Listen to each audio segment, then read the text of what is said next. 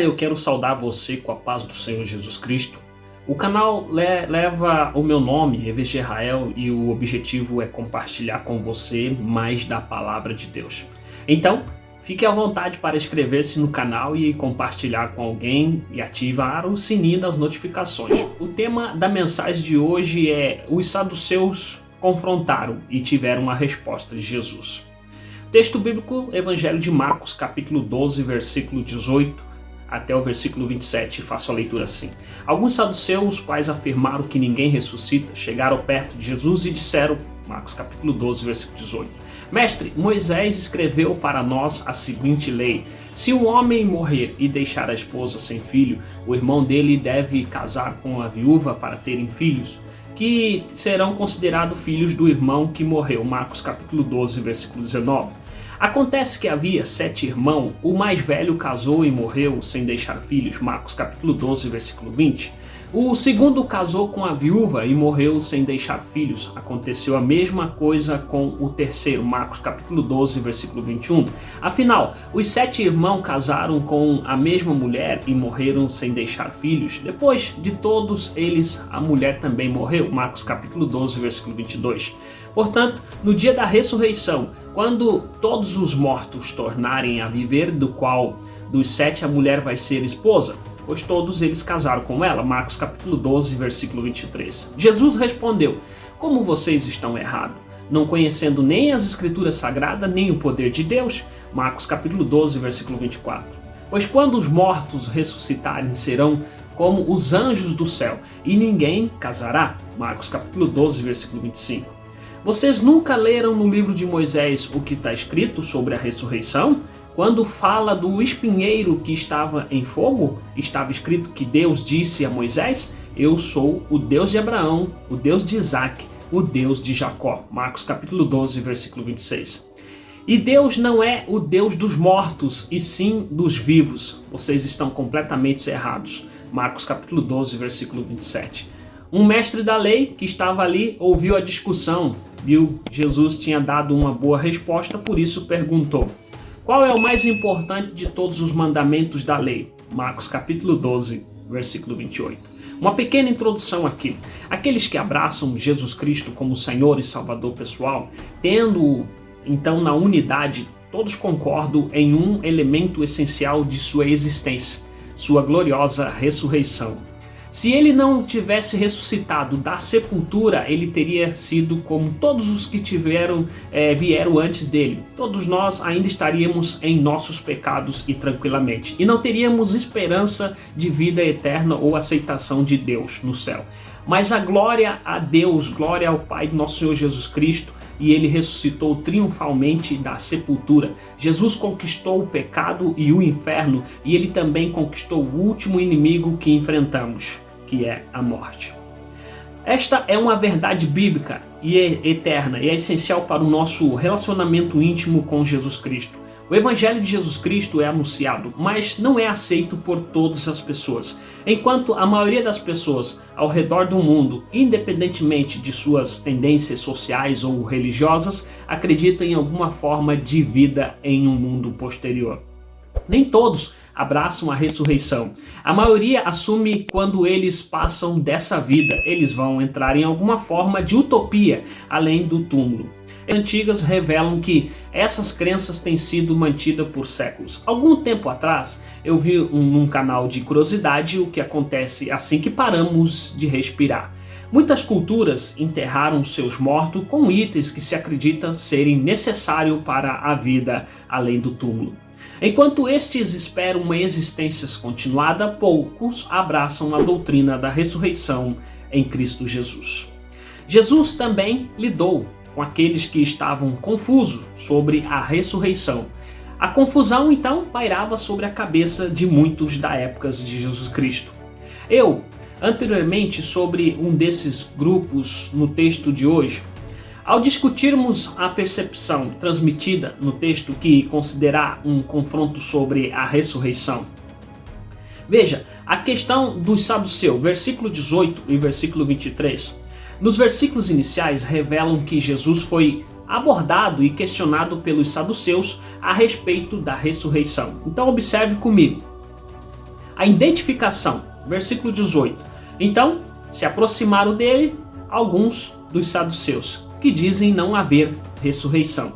Jesus acabará de responder a uma pergunta dos fariseus herodianos sobre era lícito prestar tributo a César, e sua pergunta foi imediatamente seguida por uma pergunta dos saduceus.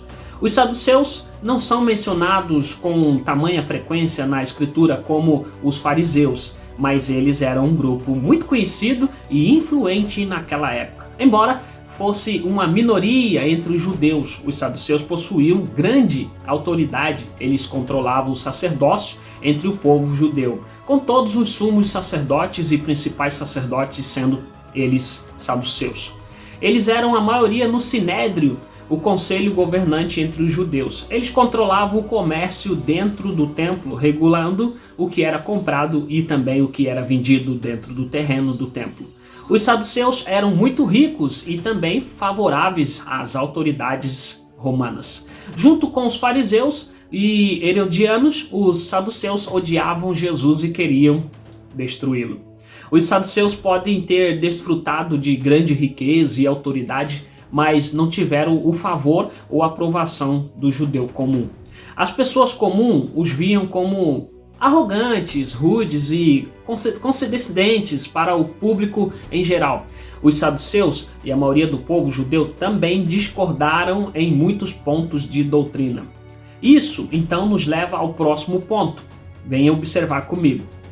A inclinação, no versículo 18. Então, se aproximaram dele alguns dos saduceus, que dizem não haver ressurreição.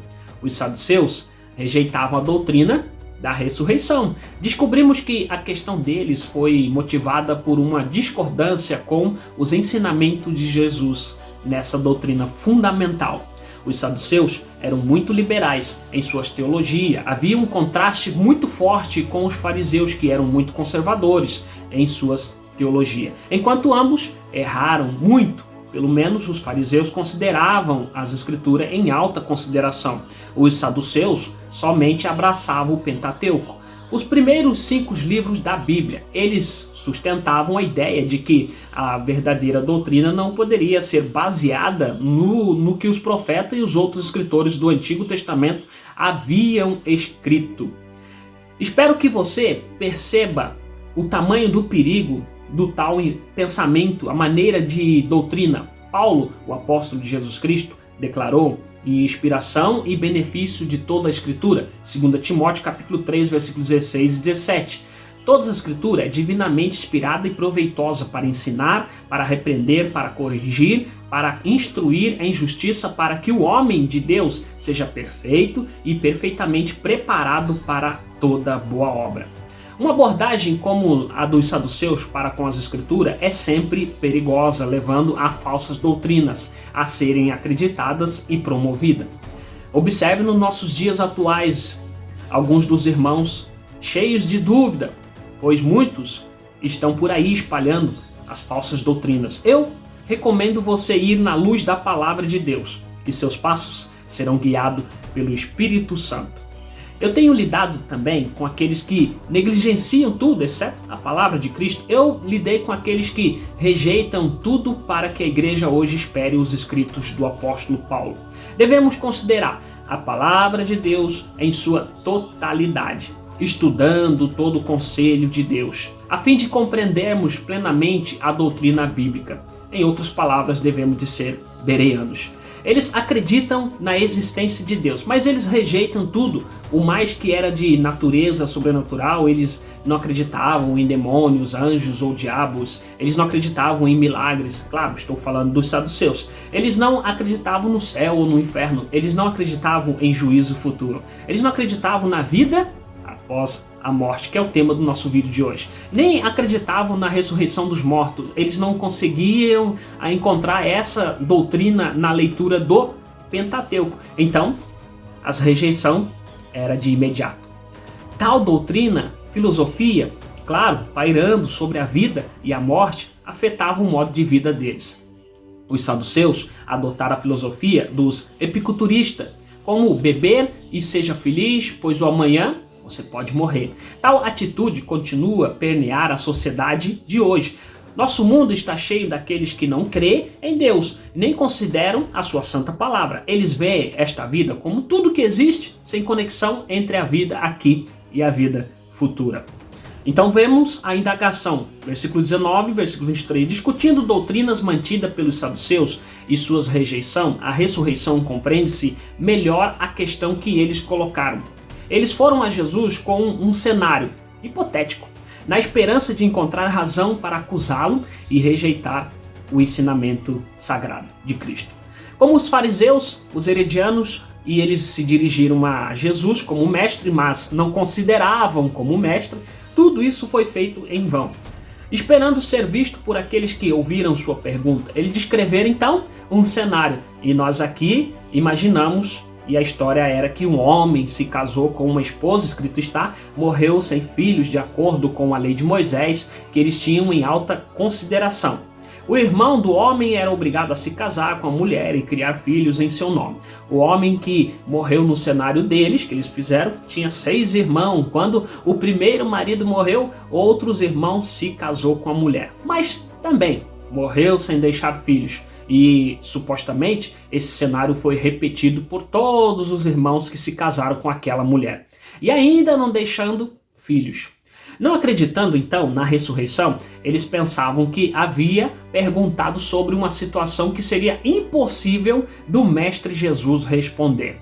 Uma vez que se casou com seu irmão, marido, e seus 6 irmãos, não tendo filhos, tampouco de qual ela seria a mulher lá no céu daqueles homens. Depois da ressurreição, ao considerarmos a resposta de Jesus, devemos de nos lembrar da motivação em relação à pergunta. Não se pediu a ele que buscasse conhecimento ou entendimento melhor sobre a doutrina da ressurreição.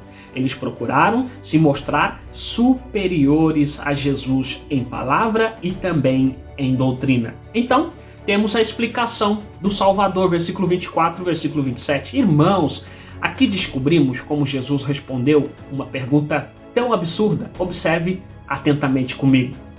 A admoestação, versículo 24. Jesus respondeu: como vocês estão errados, não conhecendo nem as escrituras sagradas e nem o poder de Deus. Marcos capítulo 12, versículo 24. Em vez de abordar imediatamente a questão, Jesus declarou o erro no pensamento deles. Ele proclamou que eles claramente não conheciam as escrituras ou o poder de Deus. Eles usaram as partes da escritura que concordavam com seus desejos de vida e ignoraram o restante. Eles acreditavam que Deus foi capaz de criar um mundo e tudo que existe neste mundo, mas negou que ele tivesse qualquer habilidade sobrenatural em relação à vida e necessidade de toda a criação. Como já discutimos, é perigoso construir uma doutrina quando todo o conselho de Deus não é considerado. Através de isolamento da passagem bíblica, a extração de versículo fora do contexto, pode-se construir uma doutrina para quase qualquer crença. E isso é um perigo. Então, temos o esclarecimento. E observe no versículo 25. Porquanto, ao ressuscitarem dos mortos, nem se casam e nem se dão em casamento. Pelo contrário, são como os anjos no céu. Escrito está. É interessante que Jesus tenha realmente usado a pergunta dele, supostamente bem elaborada, para revelar o erro na doutrina, em vez de ser enganado e incapaz de responder. Jesus virou a mesa para eles. Jesus declarou que os relacionamentos não serão os mesmos no céu. Eles não se casarão, não serão dados em casamento, mas existirão e serão semelhantes ao estado dos anjos que no céu habitam. Esta é uma passagem que é difícil para alguns receberem. Abordo isso com tamanha compaixão em meu coração e compreensão e com o auxílio do Espírito Santo. Não podemos negar a verdade que se revela diante de nós. O casamento foi ordenado por Deus com propósito totalmente específico para esta vida terrena. No entanto, o casamento está relacionado principalmente às necessidades físicas que todos enfrentamos nessa vida terrestre. Nossa existência no céu será totalmente espiritual, não física. Enquanto eu estou convencido de que vou conhecer a Nadiele no céu, nosso relacionamento será muito diferente do que é aqui na terra. Não posso me relacionar com o sofrimento vivido por aqueles que perderam seus cônjuges, não haverá nada sexual ali. Eu nunca procuraria minimizar sua dor ou desencorajá-lo do seu desejo de se reunir no céu com sua esposa, com seu esposo, mas devemos entender que nossos relacionamentos serão diferentes lá. Relacionamentos espirituais. Eu amo minha esposa Nadiele com todo o meu ser, mas ela não será o objeto da minha afeição no céu. Jesus é que será meu Senhor e Salvador. Ele é o noivo, nós somos e seremos a eterna noiva de Cristo. Agora veja comigo a afirmação, versículo 26 e versículo 27. Quanto aos mortos, porém, serão ressuscitados. Não leste no livro de Moisés, onde se fala da sarça, como Deus lhe diz, eu sou o Deus de Abraão, o Deus de Isaac e o Deus de Jacó? Ora, ele não é o Deus de mortos, mas Deus de vivos. Estais um grande erro. Tendo lidado com a pergunta deles, Jesus agora lidou com a espinha da questão e foi totalmente cirúrgico. A negação deles acerca da ressurreição realmente negava o verdadeiro caráter da existência divina de Deus. Usando uma passagem que eles abraçavam forte como correta e confiável, Jesus revelou o erro de sua doutrina. Deus declarou a Moisés, quando lhe falava da sarça ardente, que ele era o Deus de Abraão, o Deus de Isaac e de Jacó. Deus falou destes homens como estando vivo. Ele não tinha sido o seu Deus, ele era o seu Deus. Se eles deixassem de existir na morte, eles não teriam nenhum motivo de relacionamento com Deus no momento em que ele falou a Moisés a respeito deles. Ele não é o Deus dos mortos, mas é o Deus dos vivos. Glória a Deus, o Senhor para todo sempre. Que conforto encontramos nas palavras do nosso Senhor e Salvador Jesus Cristo. Que conforto encontramos para nossas almas. Jesus Cristo vai se aproximando da cruz e morrendo pelos nossos pecados. Jesus Cristo enfrentando a morte, mas a morte não pôde derrotar Jesus, pois ele é o conquistador e ele diz: onde está, ó morte, a sua vitória? Onde está, ó morte, o seu poder de ferir? Primeira carta de Paulo aos Coríntios, capítulo 15, versículo 55. Jesus diz: como vocês estão errados, não conhecendo nem as escrituras sagradas, nem o poder de Deus. Ele conquistou a morte, ele se levantou da sepultura e foi maravilhoso quando foram ao túmulo e lá não estava o corpo do amado de nossas almas, porque ele vive eternamente. Aqueles que são salvos pela sua graça têm a promessa da vida eterna, além do túmulo, e viverão com ele, pois ele não é o Senhor dos mortos, mas é o Senhor dos vivos. Se o Senhor não voltar em breve, todos nós, sim, enfrentaremos a morte física, mas isso não será o fim. Este corpo físico será colocado no chão e retornará ao pó de onde veio. No entanto, quando o Senhor voltar para a sua igreja, os mortos em Cristo Jesus ressuscitarão da sepultura, trocando o corpo mortal da carne por um novo corpo glorificado em Cristo Jesus. Aleluia! Louvado seja Jesus Cristo nas alturas celestiais e em toda a terra. Então, eu te pergunto, você está convencido da ressurreição dos mortos em Cristo? Você já fez os preparativos para encontrar-se com o Senhor quando ele voltar? Quando esta vida terminar? Lá em Eclesiastes capítulo 3 diz que há tempo para todas as coisas. Eu digo que é tempo de se aproximar do Criador. Vem para Jesus Cristo, aceite o convite escrito no Evangelho de Mateus capítulo 11, versículo 28. A salvação é por meio da obra perfeita de Jesus e foi consumada na cruz, e é a nossa única esperança de salvação, é a vida eterna com Ele. Se você foi salvo pela graça, você então viverá eternamente com o Senhor. Se por acaso você não for salvo, peço-lhe que venha a Cristo urgentemente para a salvação, enquanto houver tempo. Há oportunidade, depois de passar pelos portões da morte, será tarde demais. Oremos agora. Querido Pai, querido amigo, eu oro por esta pessoa que entendeu esta mensagem e agora ela está aceitando o Senhor como o único suficiente Salvador da vida dela. Eu sei que o Senhor o aceita, pois em suas santas palavras o Senhor diz que de maneira nenhuma lançará fora, expulsará aquele que vai até o Senhor. Então, Pai, muito obrigado por aceitar mais esta pessoa em teus braços calorosos de amor. Senhor, que nós venhamos desfrutar da vida eterna junto com o Senhor. Assim cremos em suas promessas. E leva-nos a caminhar cada vez mais na clara e santa palavra do Senhor Jesus. Assim nós te agradecemos em nome de Jesus. Bom, meu amigo e minha amiga, eu vou ficando por aqui. Espero que você tenha gostado dessa mensagem. Se gostou, compartilha com alguém e deixa o seu like. Inscreva-se no canal e eu volto aqui com um novo sermão para você. Um forte abraço. Evangelista Israel passou por aqui. Até mais.